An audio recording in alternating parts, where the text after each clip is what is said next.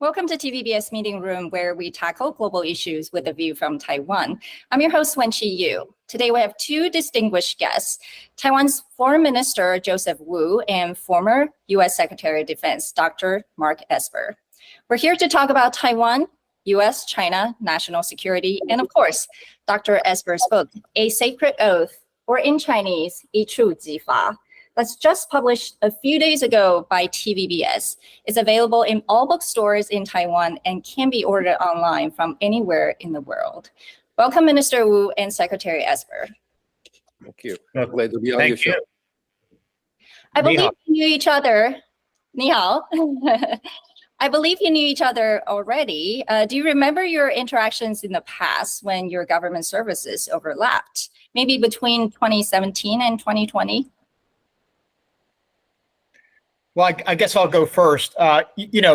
Minister Wu obviously worked in the Foreign Ministry and myself in the Department of Defense. And given the restrictions on U.S. policy with interactions, we frankly didn't have interactions during that time period. Although we discovered later that we have a good many mutual friends in our respective spheres. And of course, I've been working on China-Taiwan policy since the mid-1990s. So my first visit to Taiwan was in the early 2000s. So my experience, my interaction with Taiwanese officials go back many years, but I was really pleased to for the first time meet Joseph Wu after my government service, and have the relationships continued since then and blossomed so that we can have really good discussions about current U.S. policy toward both China and Taiwan. Well, Mark was right that there were some restrictions over the Minister of Foreign Affairs from Taiwan to interact directly with senior officials in Washington, D.C. But there was a very rare chance for me in 2019 in the Ronald Reagan Defense Forum. And Mark was speaking on the stage, and I was sitting in the audience, and it was only a few meters away. And his speech was impressive, so impressive. He was talking about China and the challenges posed by China on the United States and also on the international community. And later I was interviewed by him and he represented the McCain Institute. And I believe that that interview is still on YouTube. And later he came to Taiwan and we had a wonderful face-to-face chat with each other. And also he called on the president and other very senior officials here in Taiwan. And he cares so much about Taiwan's defense situations, and we have learned quite a lot from him in that face-to-face discussions. Well, it says how difficult it is for senior officials to actually interact with each other between Taiwan and U.S. But thank you for, especially, Secretary Esper, for your willingness and trying in the past. And you were last in Taiwan about just a year ago. During your trip, you actually gave advice to President Tsai that Taiwan should dramatically increase Taiwan's defense budget and lengthen military conscription for at least 1 year for both men and women, and stockpile food and weapons. And last August, President Tsai announced a nearly 15% increase in the defense budget from 2022. In December, she also announced that starting in 2024, the 1-year mandatory military service will be reinstated. So it looks like she's heeded to your advice. Now, is Taiwan doing enough from your point of view? Well, let me first say thank you to Joseph Wu for his kind words. Taiwan and the Taiwanese people are blessed to have such a capable foreign minister. And so I just want to thank him for that. Look, yes, you're right. I was in Taiwan last summer just before Speaker Pelosi arrived. And, I gave my advice, if you will, to President Tsai. I think she's done a very great job. She's been quite capable. I think the decision to extend conscription up to a year was a courageous decision. But I wasn't the only voice. There are others out there who are saying the same things. I think my approach is to look at this from the lens of both Taipei and Washington. And Washington has made a commitment to Taiwan, going all the way back to the Taiwan Relations Act in 1979. And my view is, if you want to also move beyond an agreement that's embraced in law through policy, but also garner the full support of the American people, then I think Taiwan should do everything that it can as well to show that Taiwan and the Taiwanese people are committed to their own self-defense as well. And that includes doing things that require sacrifice. And sacrifice means, young people serving their military. That means increasing defense spending up to, pretty significant amount given the threats you face, and doing a number of other things that take bold political decisions. And that is what I was recommending and what President Tsai and her cabinet have taken on, again, with great political courage. So I give her credit for what she's done. There's obviously more that can always be done in the United States as well, but I think we're on a much better path today. Now, I'm going to turn this to Minister Wu then, since this has become a more controversial issue. The KMT presidential candidate Hou You-yi just pledged to reverse the conscription length back to 4 months if he is elected. And once the cross-strait relations are stabilized, however, that's defined. So how has this conversation been going on in Taiwan? Well, I think Mayor Hou made that remark, but he knew that he's running into a lot of opposition from the Taiwanese people, and also some concerns from the international community, especially from the United States. He quickly readdressed his way of speaking about the conscription, and he put some serious conditions on shortening the conscripts.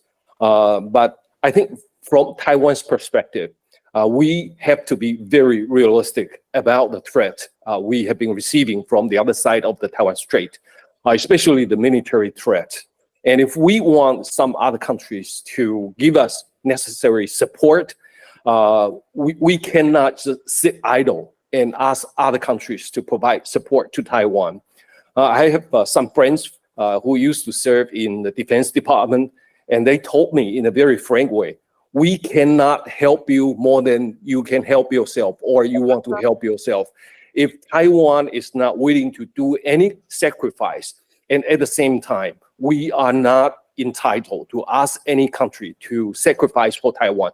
So that is something that is, we have to take it. And when China is increasing its military threat, we have to think about ways to increase our defense capabilities, and lengthening the conscript period is just one of them. So I think obviously Mayor Hou said that because there was clear support domestically for his position. And so now turning to Secretary Esper, would this be a concern to the United States should the mandatory military service be shortened again in Taiwan? Yes, absolutely, because it sends all the wrong signals to the United States and to Taiwan's other supporters around the world. I mean, what's inspired the United States to support Ukraine has been, first of all, the leadership of President Zelensky, and secondly, the willingness of the Ukrainian people, men and women, to pick up arms and fight for their country. And I think for Taiwan to go in the opposite direction would send the wrong signal, and it really questions the resolve of people in Taiwan. The American people ask themselves, well, why should I send our sons and daughters to fight if Taiwanese boys and girls won't fight for their own country? So again, I hate to speak in such stark terms, but that's how people view it. And I think Joseph Wu has just made the same statement, that you have to show that Taiwan is committed to its own defense as well. And I know these are tough decisions, and I know politicians tend to play toward what is popular. And I'm not taking a position in domestic politics. I'm just saying what I think the impact has on other countries that will support Taiwan. Look, we also looked at countries like Finland, who recently joined NATO, and we see a country that has mandatory conscription. 80% of young men serve. They attend military drills every year, and they're a much, much smaller country than Finland is compared to Russia, than Taiwan is to China. So we look to those countries and we get inspired, and it motivates the United States and other Western democracies to defend another fellow young democracy. So I think it's the signaling which is more important than anything else in this regard. Well, I think ultimately there's some voice in Taiwan that questions whether deterrence or a stronger defense is actually a better strategy for Taiwan. So this is a question to both of you, obviously. Is deterrence or a better relationship with Beijing safer for Taiwan? Maybe Yeah. Go ahead, Mark. Both. Right. I think a strong deterrent actually is a basis for a good relationship or a better relationship with China. Look, authoritarian regimes like China and Russia, they see weakness, they perceive it as a vulnerability to exploit. I think if Taiwan builds up its capabilities, its stockpiles, it commits more to defense, it builds up a stronger alliance network, if you will, which includes the United States, Japan, and others, then I think it gives it a better position at the negotiation table, or I should say in cross-strait relations with Beijing. And the two are not mutually exclusive. In fact, I would argue again that I think an enhanced deterrence capability built on a strong defense, built on a signal of resolve from Taipei and from the Taiwanese people, actually positions you better to have improved relations with Beijing, and certainly again with other allies and partners in the region. Mr. Wu? I agree absolutely. I think the policies being pursued by Taiwan have two basic elements. The first one is that we don't want to provoke China. And as you hear from President Tsai or other senior officials from Taiwan, we want to maintain the status quo across the Taiwan Strait, and we want to maintain peace and stability over the Taiwan Strait. And we also want to be able to speak with the Chinese if they do not have those preconditions on us. And this is a very basic way of keeping China from thinking that they can have any excuse to launch a war against Taiwan. But on the other hand, I think the best and most effective way of preventing China from thinking that they can launch a war against Taiwan and they can take Taiwan over very quickly is that Taiwan has a very strong defense capabilities. And this is the direction President Tsai is heading. We are making more investment in our defense. We are transforming our strategy into asymmetric. And we are also training our soldiers for the new capabilities. We are buying more weapons for our self-defense capabilities. And all these kinds of combinations is going to serve as a very strong deterrence against the Chinese ambition of launching a war against Taiwan. But at the same time, we are also seeing international players like the United States, Japan, and other major democracies are also taking precautions against the Chinese ambition in this area. For example, they continue to tell the Chinese that peace and stability over the Taiwan Strait is very important. And they continue to urge the Chinese not to engage in unilateral change of status quo across the Taiwan Strait. And they're also mentioning to China that any kind of impact upon the Taiwan Strait peace and stability is going to have a major global effect. And all these are going to be a very strong deterrence against the Chinese. Well, thank you. I think there's a line between what is viewed as deterrence and provocation, right? So the question goes to Minister Wu again.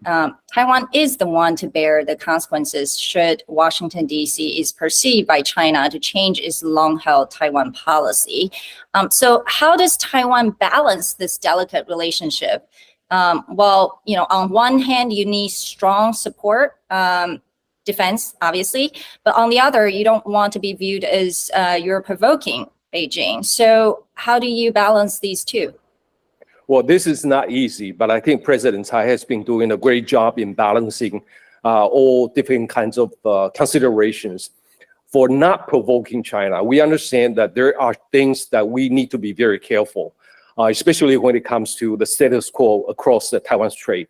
And there's a very serious commitment by President Tsai and the Tsai administration on maintaining the status quo, safeguarding the status quo. And this policy has won the admiration and appreciation from our friends around the world, especially the United States. But on the other hand, we also need to think about the Chinese motivations and their objectives over Taiwan. They are hoping to be able to crush Taiwan without the actual use of force, or they want to overwhelm Taiwan when they launch war against Taiwan. So they don't want Taiwan to have any friends. They don't want Taiwan to arm itself, and they don't want Taiwan to be active on the international stage. But for Taiwan, when China is trying to isolate Taiwan, the necessary thing is for Taiwan to build our friendship with the international community. And in the last few years, because we have been speaking with the international community about the situation over the Taiwan Strait, we are getting more support from the United States, getting more support from European countries, from Canada, from Australia, and from Japan.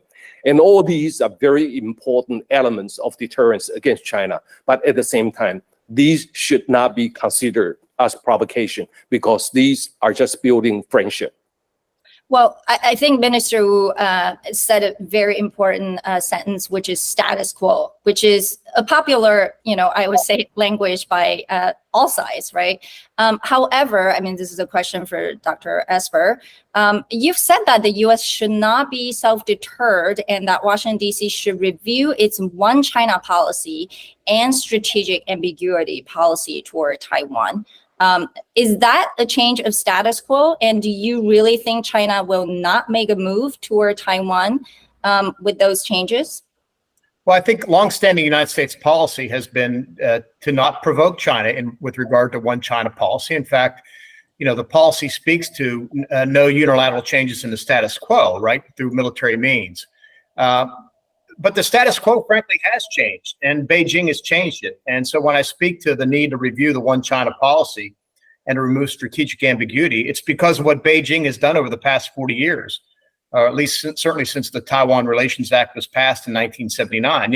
The TRA says that the United States would maintain or provide Taiwan with the arms and assistance it needs to defend itself. But if you look at the balance of power in the last 40 years, between Taiwan and Beijing, it's become very lopsided.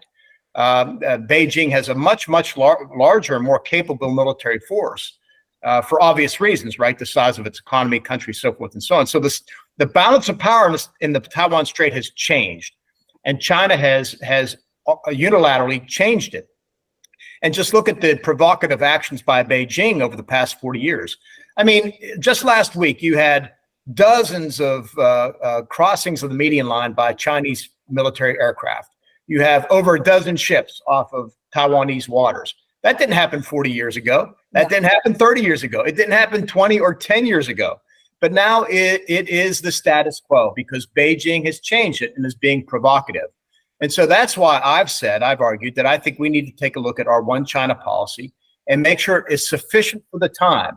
At the time of the opening of the time of the passage of the Taiwan Relations Act, Taipei also made claims on the mainland. That's not the case anymore.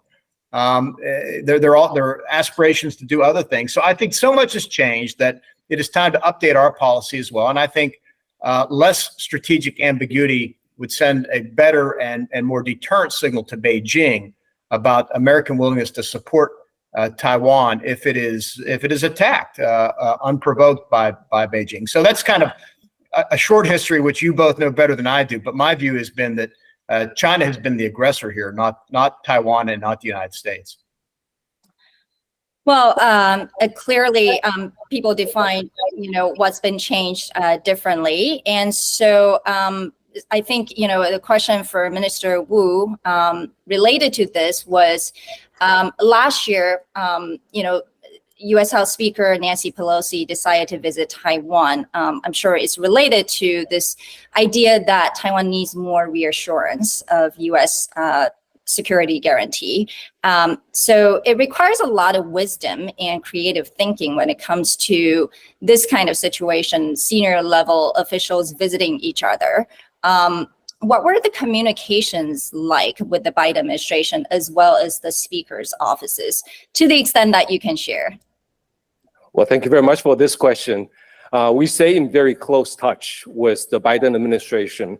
In fact, in my experience, in communicating with the administration in Washington, D.C., we are staying in closer communication than in any other period of time.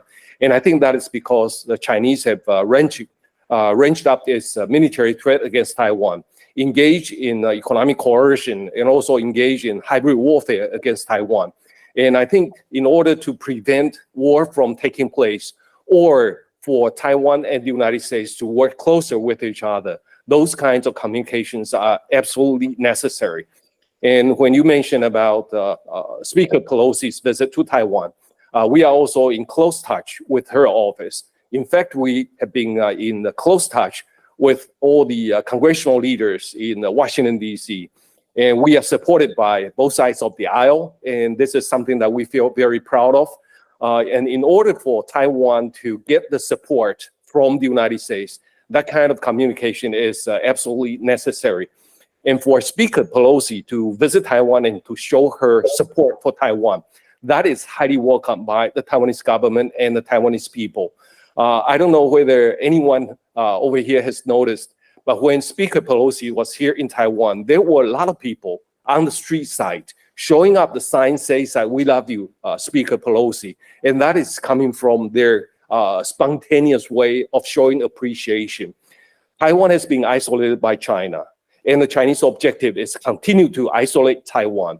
But to Taiwan, for us to, in order for us to be able to fight against the Chinese attempt to isolate us, we need friends. So anyone who wants to come and show support to Taiwan will be welcome, whether it's Speaker Pelosi or Senate President Vistacho or any other congressional leader.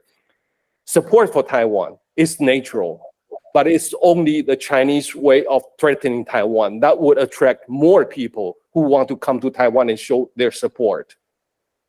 I think that was, while, you know, Speaker Pelosi was widely popular and well received in Taiwan, a lot of people in Washington, D.C., as well as in other parts of the world, were quite worried about that moment. And I think, you know, Secretary Esper, you actually supported Speaker Pelosi's visit. And, you know, the question is, you know, not so much about that moment, but more what communication has been done, right? So I know you already left the government, but just curious, did you think, you know, the military to military conversation, for example, between US and China happened or not? Because in your book, you also mentioned a very risky moment right before US presidential election, how you tried to reach out to your counterpart in the Chinese military department to make sure there's no miscommunication. It really highlights just, you know, the importance to have any incident. So what is your view now that, you know, US-China, there's no military to military communication? Are we at a dangerous moment again? Well, first, let me speak to Speaker Pelosi's visit. First of all, it was not unprecedented, of course. Speaker Gingrich went there in the mid-90s. And yet when Pelosi visited late last year, China, again, completely tried to change the situation and make it into much more than it was. And I think Speaker Pelosi wanted to visit because she felt strongly about human rights. She felt strongly about United States support for Taiwan. And my view was, from a government perspective, is the United States should not be deterred by statements coming out of Beijing. And if you back down and allow Beijing to dictate where and when our officials travel, then that's just kowtowing to them. And that sends all the wrong signals. So I think Speaker Pelosi did the right thing and handled the situation well, and everything worked out. Now, a year later, of course, Speaker McCarthy was considering a visit, and I think President Tsai played it very well. And rather than McCarthy going to Taiwan, which was in a much more heated moment between the U.S. and China, she traveled to the United States. And I think it was, again, a very deft way of handling the situation. With regard to my book, and I've talked about many of these issues in the book. I have a whole chapter on China, and I speak about Taiwan and Taiwan policy. But I was concerned in October of 2020, as we were preparing for exercises in Asia, with Japan, that at a very uncertain time when China was concerned about what the United States may do.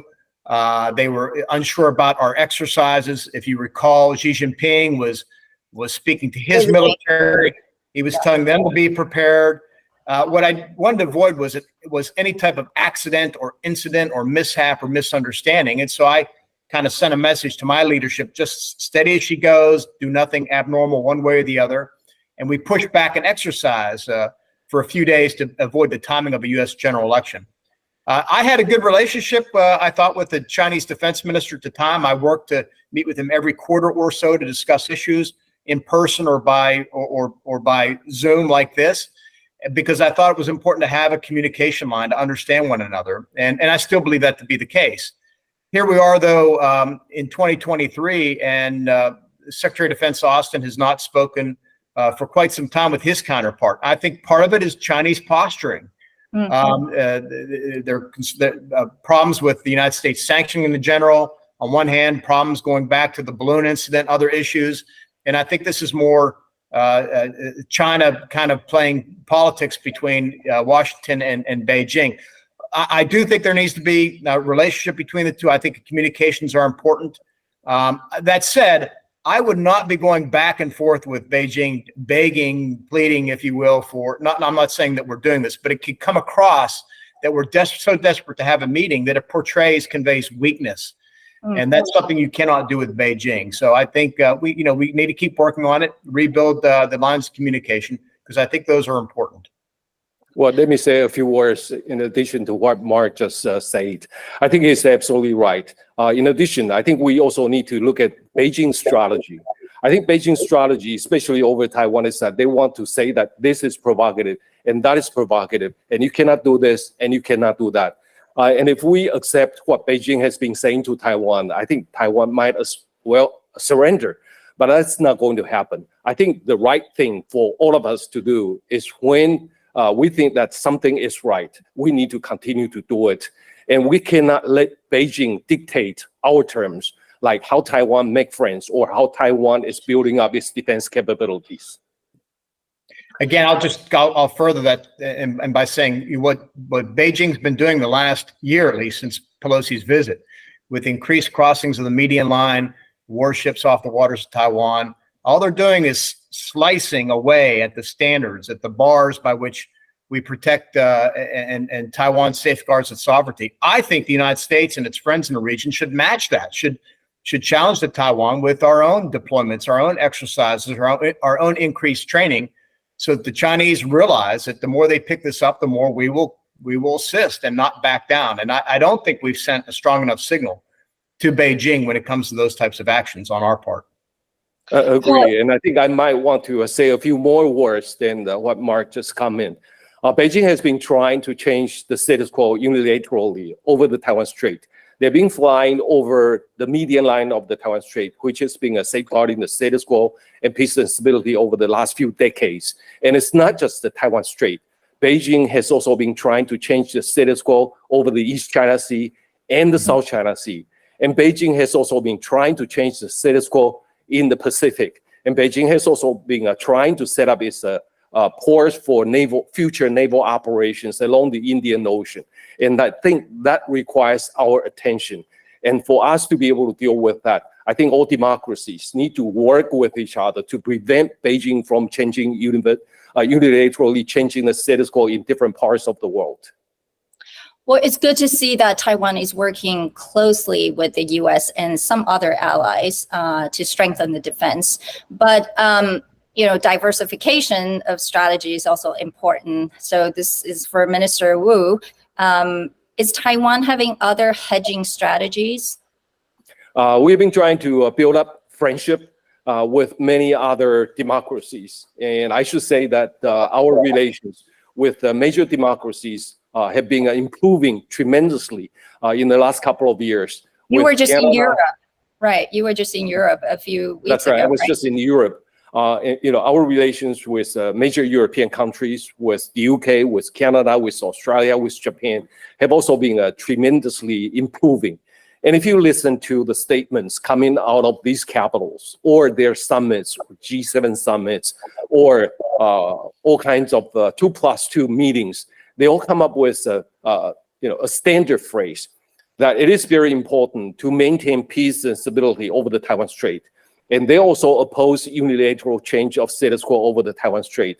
And they recently been saying that peace and stability over the Taiwan Strait is a very important matter to the global security and prosperity. And I think this is very important to look at Taiwan's strategic position.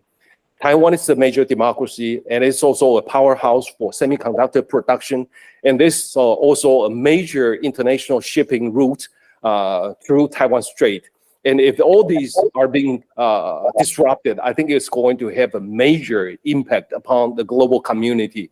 And because of this repeated explanation to the members of the democracies, now I think there's a common understanding that rendering friendship and support to Taiwan is a good thing. And we are hearing all these kinds of support now.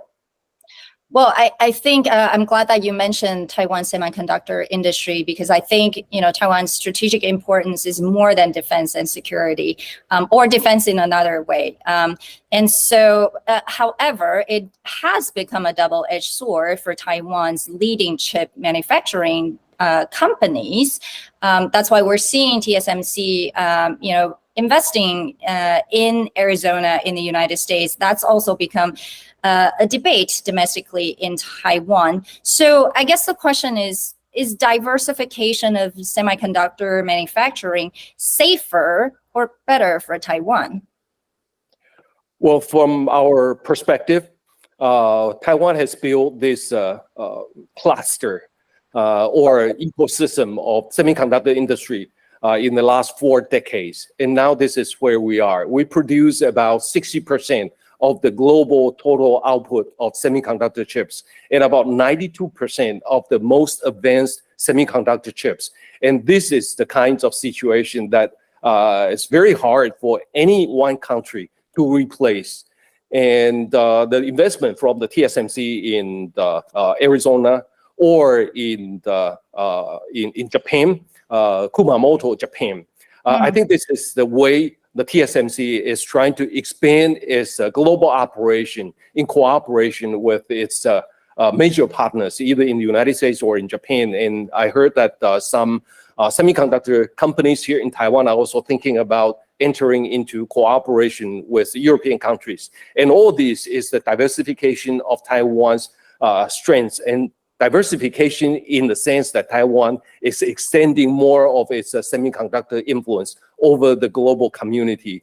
But the main production and the research and development at the highest end of the production will remain in Taiwan. I have no doubt about it. And therefore, making more investment in other countries actually is a good thing for Taiwan's semiconductor industry. And I should also say that because of the semiconductor production here in Taiwan, the international community now understand the kinds of impact that the world will have if China launches war against Taiwan and the supply chain is disrupted. And I think this kind of awareness is good for Taiwan to be able to persuade other countries that come and work together with Taiwan is a good thing. And I have the data in my hands. For example, for last year, we had a 77.9% of investment increase here in Taiwan from the international community. And I think that is because the international community understand the strengths of Taiwan and the attractiveness of Taiwan market.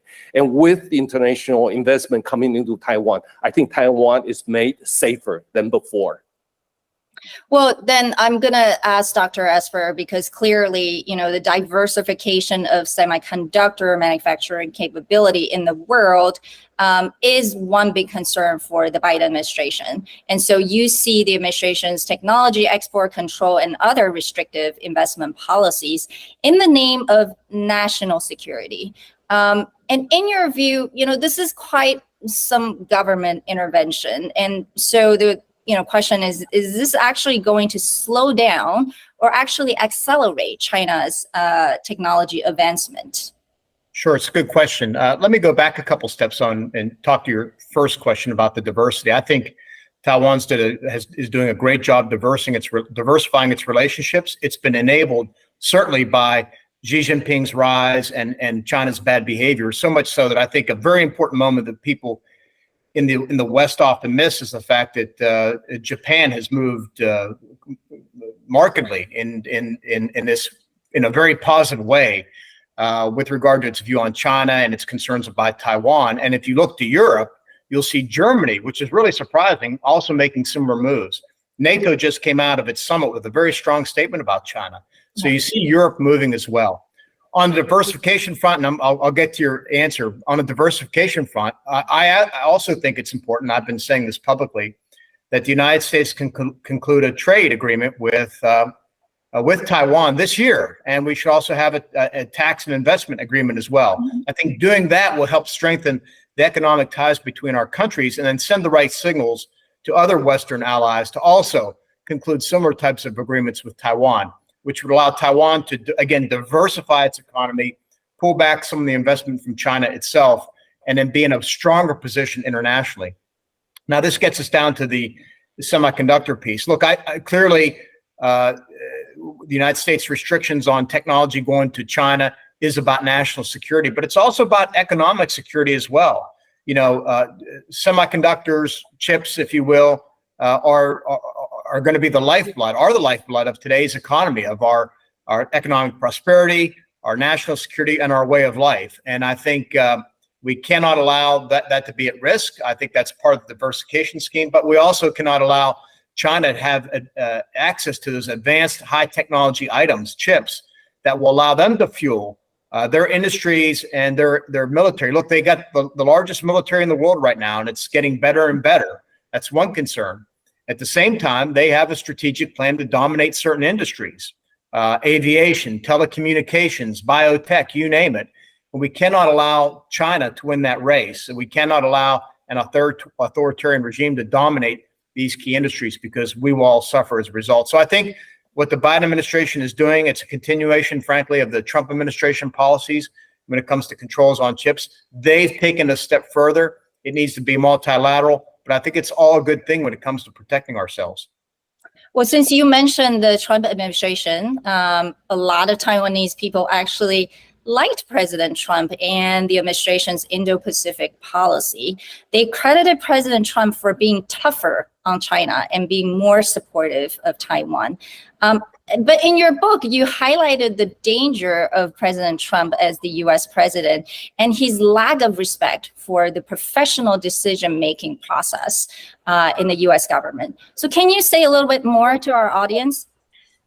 Yeah, let's focus on the China issue, because I think, and I write about this extensively in my book, I think an important achievement of the Trump administration is the fact that we consolidated a view, certainly within the United States government and arguably within the country, that China is certainly a strategic competitor. I argue that they are an adversary and that we needed a completely different approach, that continuing to engage the way we was just not fruitful. It was being used against us. I give a lot of credit, not to Donald Trump personally in this regard. I think it was a well-crafted policy by his national security advisor at the time, H.R. McMaster, and that was further developed by his cabinet. You know, DOD, the Defense Department that I ran, my top priority was implementing a national defense strategy that focused on China, and certainly others like Mike Pompeo at State. My concern with Donald Trump was that he never fully embraced that strategy. With regard to the United States position on China. He was really focused on two things: the trade agenda, and specifically putting tariffs on China, and secondly, his personal relationship with Xi Jinping. And it's actually the latter that concerned me.